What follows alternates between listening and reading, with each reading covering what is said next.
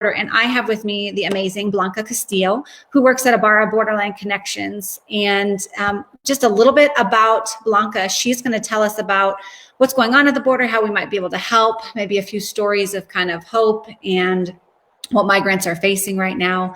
A little background on Blanca. She was born in Honduras and immigrated to the U.S. at the age of 3, where she became a naturalized citizen through her parents. And so today she is serving as an amazing team member with Abara. And if you don't know much about Abara, Abara is a border ministry in El Paso and the Juarez area, which exists to create opportunities for understanding, serving, responding, engagement to the needs of migrants and migrant shelters on both sides of the border. So thank you for joining us, Blanca.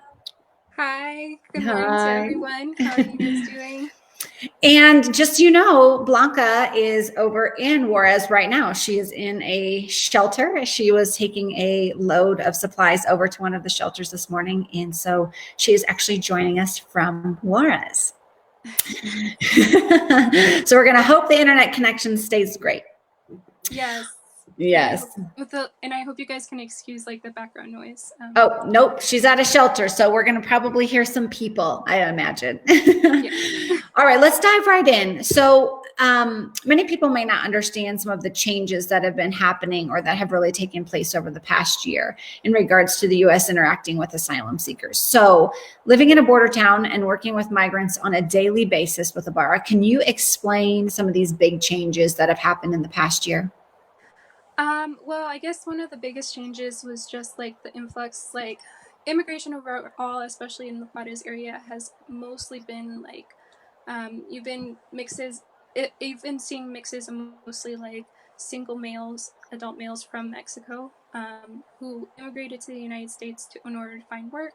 But as of lately, you've been seeing a shift from those single males to family units from Latin America, like Northern Triangle region, as well as basically refugees looking for help from other countries as well, such as like Africa or even like Russia at times. And what we've also been seeing at the beginning of this summer, it was in effect in other regions along the border, but it started here in Juarez earlier this summer, which is the enactment of the Remain in Mexico or Migrant Protection Protocol, MPP policy, which essentially is forcing migrants to stay and wait the entirety of their court case, their immigration cases from Mexico. And as you can see, this poses a lot of risks, especially to young children and mothers. It leaves them in areas of basically in danger a lot. They're at risk of like the gangs that they were fleeing from that have like overarching like networks and connections throughout Mexico can find them more easily. Like they're easily targeted because they stand out in the community. They don't have the same culture. Many of them don't even speak the same language as for indigenous Guatemalan people. And like it's very easy to be like for people to see you coming out of immigration and see you without your like shoelaces and also the way you are kind of disheveled and you have the look of an immigrant. It makes you an easy target for extortion and kidnapping. And also just the general ability of Juarez, I know here locally, to have handled in this huge influx of people that were basically thrown back at them with so little resources and so little time. Has amounted to a lot of cases of like people getting really sick. I've unfortunately been a witness to like a close friend in one of the shelters dying, and also just other cases of like abuses, whether it be from authorities, Mexican federal authorities, or just people that are trying to take advantage of a vulnerable population. So what you're saying is that you see that these vulnerable folks that are coming up through Mexico are very obviously not Mexican, and therefore they are then targeted and even susceptible to more vulnerabilities because of their migration and because of how they stand out. And And we've been seeing on the news, we've been hearing, been seeing pictures of these kind of border refugee tent cities and whatnot. Can you tell us a little bit about some of these tent cities and what's going on there and what is being made available? What's happening with that? It seems pretty dire. So we have seen also, so there's different categories of migrants that are coming to Juarez. Okay. So you have your migrants that are coming in family units that are fleeing from the Northern Triangle regions, or other countries. But then you'll also have immigrants from other parts, like very dangerous regions of Mexico, like Zacatecas or Guerrero, which are trying to migrate and make a way basically into the U.S. And it's basically the tent cities that you're seeing close to the bridges, like at Chamizal Park, or even here at the Santa Fe Bridge. As you walk into Juarez, like you see like these tents lining up the bridge. Those are mainly composed of Mexican immigrant families. Sometimes it's Mexican nationals that have been living in the U.S. for a number of years, have like situated their entire lives there, and then were deported and sent back to really a place where they have little to no connections. And they're just trying to wait out and increase their chances of being called over. There's also, I don't know if I explained this correctly, but there's a metering list. So that's one of the programs that have been initiated, I guess, this past summer as well, where people must wait out their turn in order to make their claim for asylum, and then wait out their turn. So basically, there's a line to get in line for asylum cases. And so these Mexican nationals are waiting out in front of the bridges because they believe that this will increase their chances of being called. We're seeing that some of them are shifting more over into shelters now because of the cold weather. But again, you're dealing with like limited space, as well as like you're decreasing of your chances of being like called over to actually start your asylum case. So you have a real mix of people that are looking for a better opportunity, a better life in the U.S. And I think one of the questions we get from our community very frequently is, well, we can't let everybody in. And we should be vetting people. There should be a process. And I think that it's part of the education of understanding what our immigration policy and even just our asylum laws allow for, and that no one is advocating that we let everybody in. No one is advocating that we don't vet people properly and go through a process. But what we are advocating for is that we would have a humane process that takes care of and has concern for those who are already vulnerable, and sending them back to a place that cannot support them in that vulnerability is very dangerous and life-threatening for so many. And so if we really truly have care and concern for people as the body of Christ, is this the best way to process people humanely, compassionately? And not everybody's going to get in. Not everybody is going to be able to have a credible fear according to our laws and our definitions. And that might be unfortunate, but we do have those things in place. So you're witnessing what's going on the other side, and that the policies we put in place, the changes we put in place, are making people even more vulnerable, correct? Yes. Honestly, from what I've seen, I think that... Oh, shoot. I think we might have lost Blanca for a second. Oh, I hope that she comes back on here. She is calling from Juarez, so she's calling from a shelter. So that might be, let's see if she'll be able to jump back on here in a second. I will say that while we're waiting for Blanca to come back on, we might have to pause and come back on. But one of the things that Blanca will be able to talk with us about is, oh, there she is. I'm here. Awesome. Hi, Blanca. Okay, great. Was there something you want to say in response to that, just in general? Yes.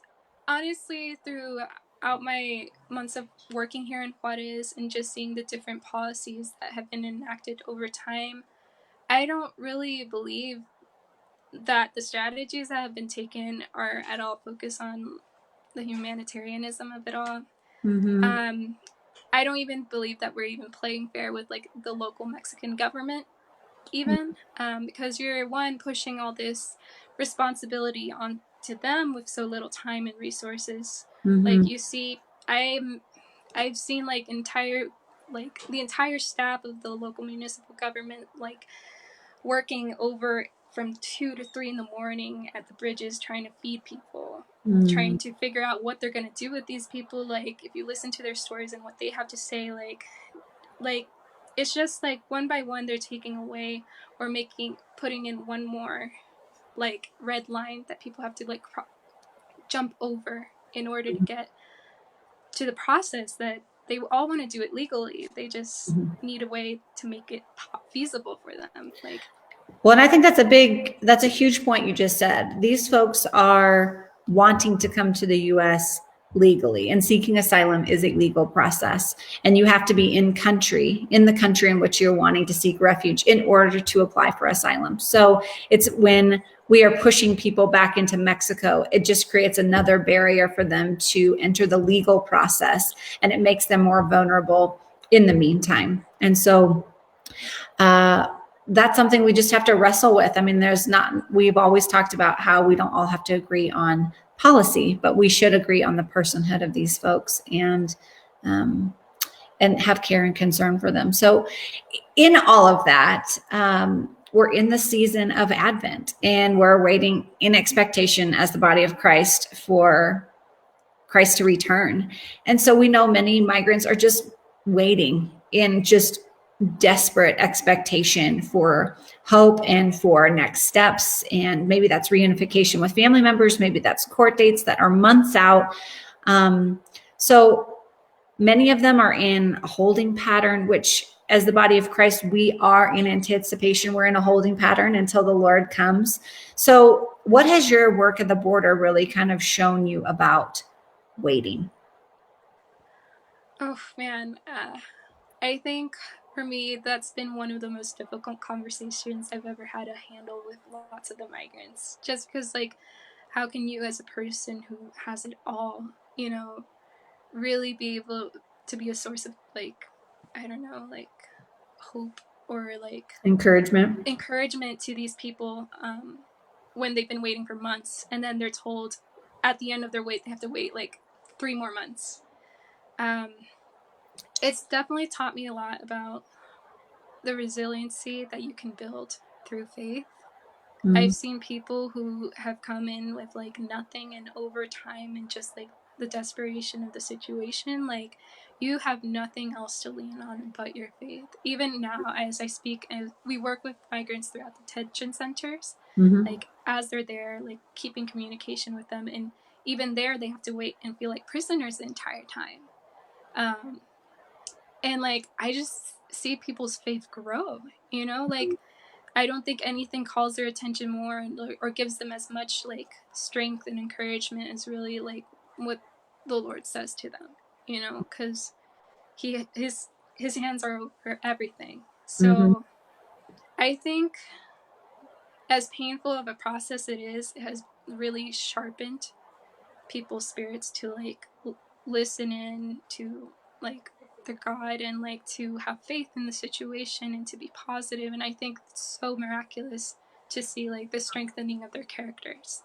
Yeah. So Well, and many of these folks are our brothers and sisters in Christ. I mean, they are Christians, or they have that cultural background that affords them an easy on ramp to understanding the Christian faith.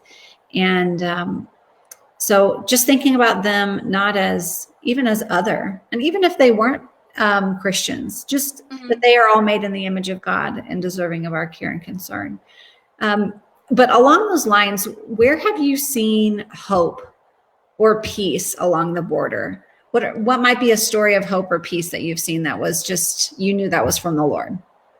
um Honestly, like I would say hope or peace. Like whenever I get to make these early morning trips, like one of my favorite things about it is that I usually get here before people are able to are waking up. So Mm-hmm. you get to see people rising very early in the morning. You get to see them at their most vulnerable states. You see like children waking up. You see them laughing and playing, and I see like even through like a very tense night of like maybe you're like trying to battle to just go to sleep because you're so afraid of what might happen throughout the night when your guard is down. Like people just grateful that they're up and again for another day, you know? I see it with the children. I see it with like the pastors and the coordinators of these shelters. Like I see the safety and the hope that they provide whenever they're like distributing supplies. I see it in the helpers. Like people who come to the situation and actually like put aside all their differences to like help one another regardless. So I've seen it there. There's definitely hope in like the people to keep waiting, to keep fighting, to keep trying, because they know that one day they'll be reunited with their family members. One day they won't have to fear for their lives. So, So are all of these experiences in light of the Christmas story, like, do you see parallels there? How does that make you think your work with migrants? How does that make you think of the Christmas story differently? I was actually speaking with like the pastor's wife here about it last night. And like these are her words directly, and I agree with them 100%. It's as if you were seeing it happen before your eyes. Like it's literally you encounter a man, a woman, and their child like knocking on your doors, asking you for a place to stay for the night. You know, like you're seeing it happen over and over again for months, and you're just a witness to it. And so, I mean, that's all we can say. It's like it's happening right there. Yeah. And so. Wow. To be able to, what an honor it is to be able to receive people. That can feel like such a burden when you are feeling scarce on resources or the ability to help people in tangible ways, but yet people are still coming to you. And what an honor that is, that people would ask you for help. And I think sometimes we don't consider it an honor. We consider it a burden. And just to think about Mary and Joseph were walking around Bethlehem asking to be hosted. They were asking to be given a place. And so it's interesting how that would change your perspective on the Christmas story. So let me ask you this. Being originally from Honduras and having parents who immigrated to the US, the entire immigration issue is a very personal one for you because you really interact on the human side of this. You're in shelters a lot of the time. You're helping people try and find legal services. You hear the stories of why people are fleeing day in, day and out. And our welcome community, we definitely have people that have much concern for this issue, but they also feel super far removed.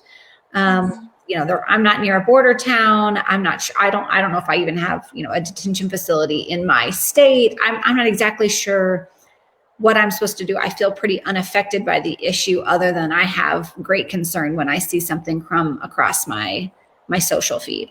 So what might you say to those who care, but feel pretty far from the issue? What can they do? This is a fantastic question. I know for me, I definitely have it a little more easy just because I came from this community of people. And also I still have family members who are struggling with this issue.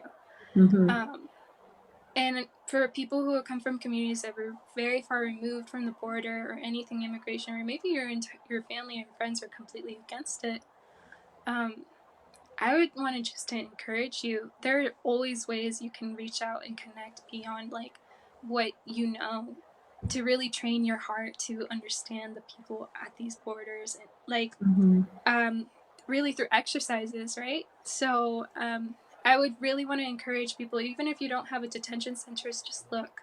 There are lots of ministries like Catholic ministries or what have you that are doing services for the migrants that are like kind of in the shadows of your community. Like they're there.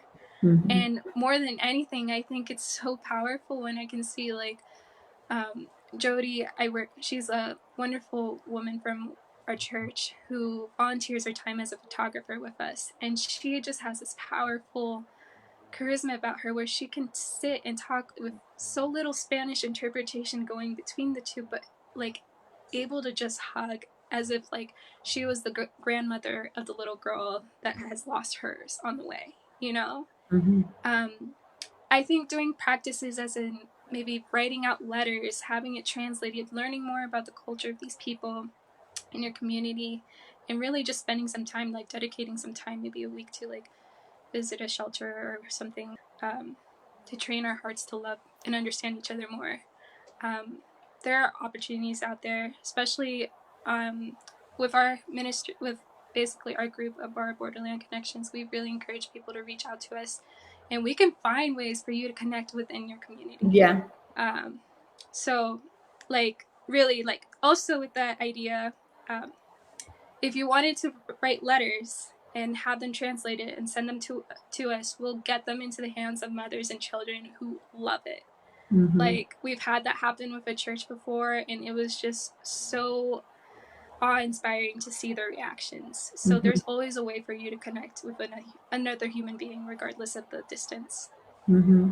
Well, and I love what you said about train your heart to learn, train your heart for understanding. So creating some margin to find a trusted source like Welcome, or like any of the ministries that are serving migrants along the border, and just to read. I mean, we all like to read, we all like to listen to things, and sometimes we don't feel like we have a ton of margin to really engage deeply in a space. And I don't think any of us are asking others to really forgo everything that they're doing. But what we're asking is that people would take one step closer, like you said, and that you would train your heart for understanding, for an openness to know more than maybe you know today, and whatever that looks like.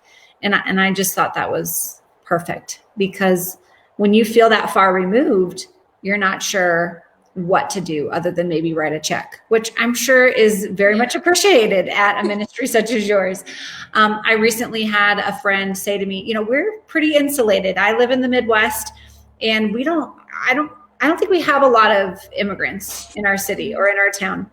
And I said, well, let's just Google immigrant services or immigrant ministries in whatever the city or the state was. And just like, you know, of course, the Google list was super long. Yes. And so just because you don't see migrants or immigrant families in your church or your community or in your schools, it does not mean that they're not in your city. And it does not mean that they are self-sufficient and feel welcomed. They're most likely hiding under the radar, in the shadows, afraid to connect, because either because of their status or because just culturally they haven't been welcomed and no one has really reached out to them. So I know that this past weekend, a friend of mine, we went to a Spanish speaking church this last weekend, and we didn't understand anything. And we walked in and we were immediately greeted. We couldn't really understand what everybody was saying, but we immediately they got a translation system for us set up. They gave us breakfast after. They just wanted us to linger. They wanted us to stay. And what they told us was it was an honor to host us.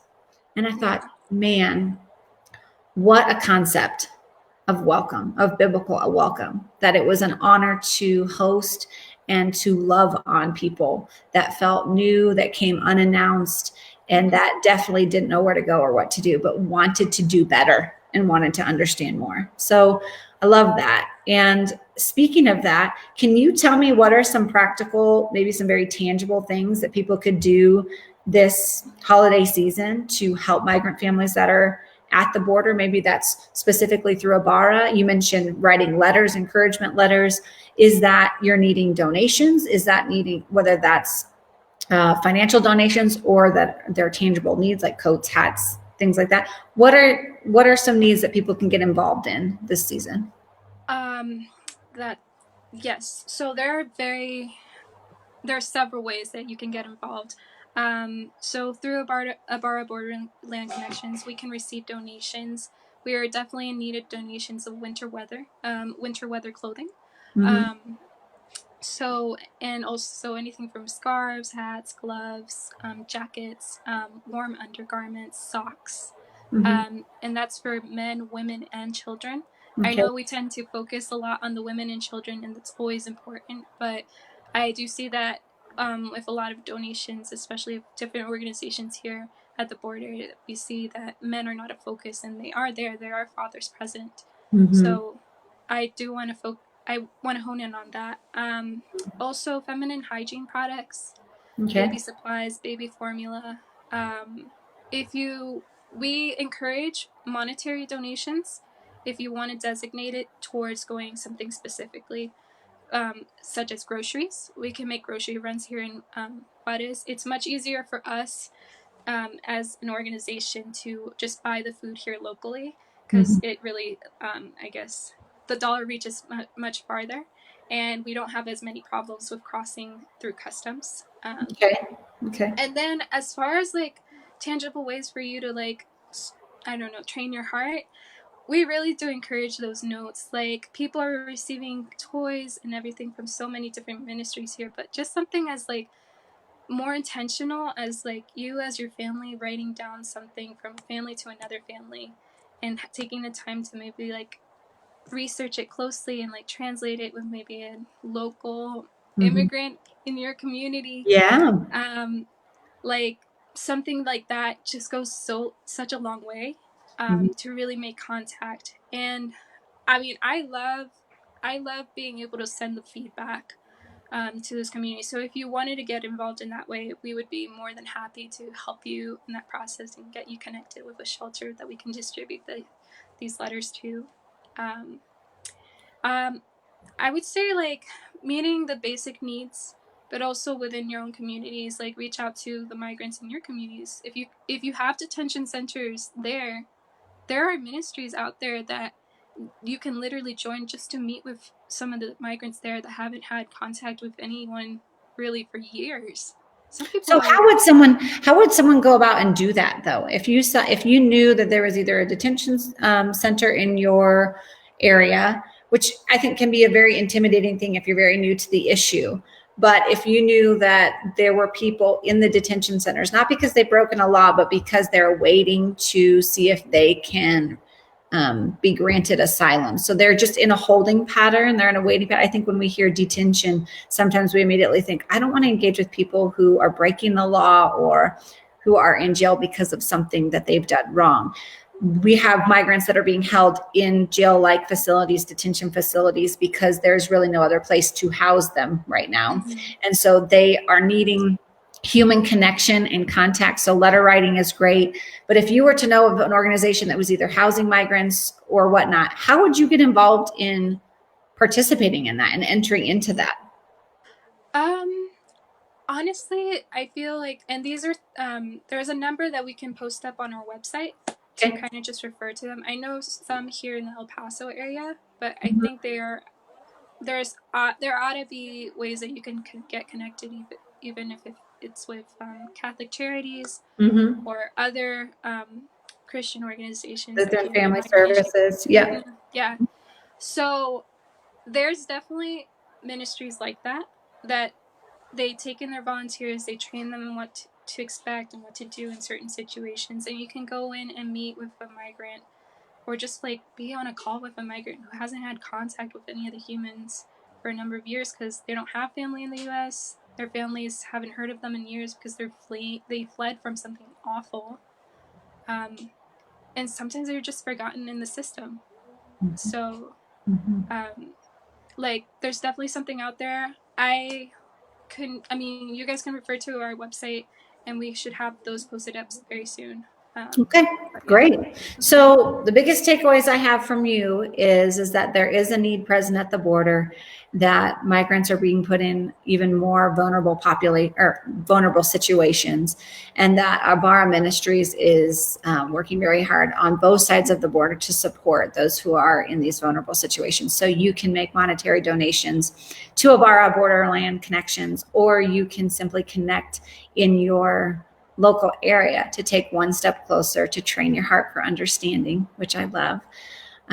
So thank you so much. Is there anything else you would wish that our community would know about either your work or what's happening with migrants in your area? Well, I do want to let them know that these people, a majority of the families that are coming, like they are communities and they are beautiful communities within the shelters.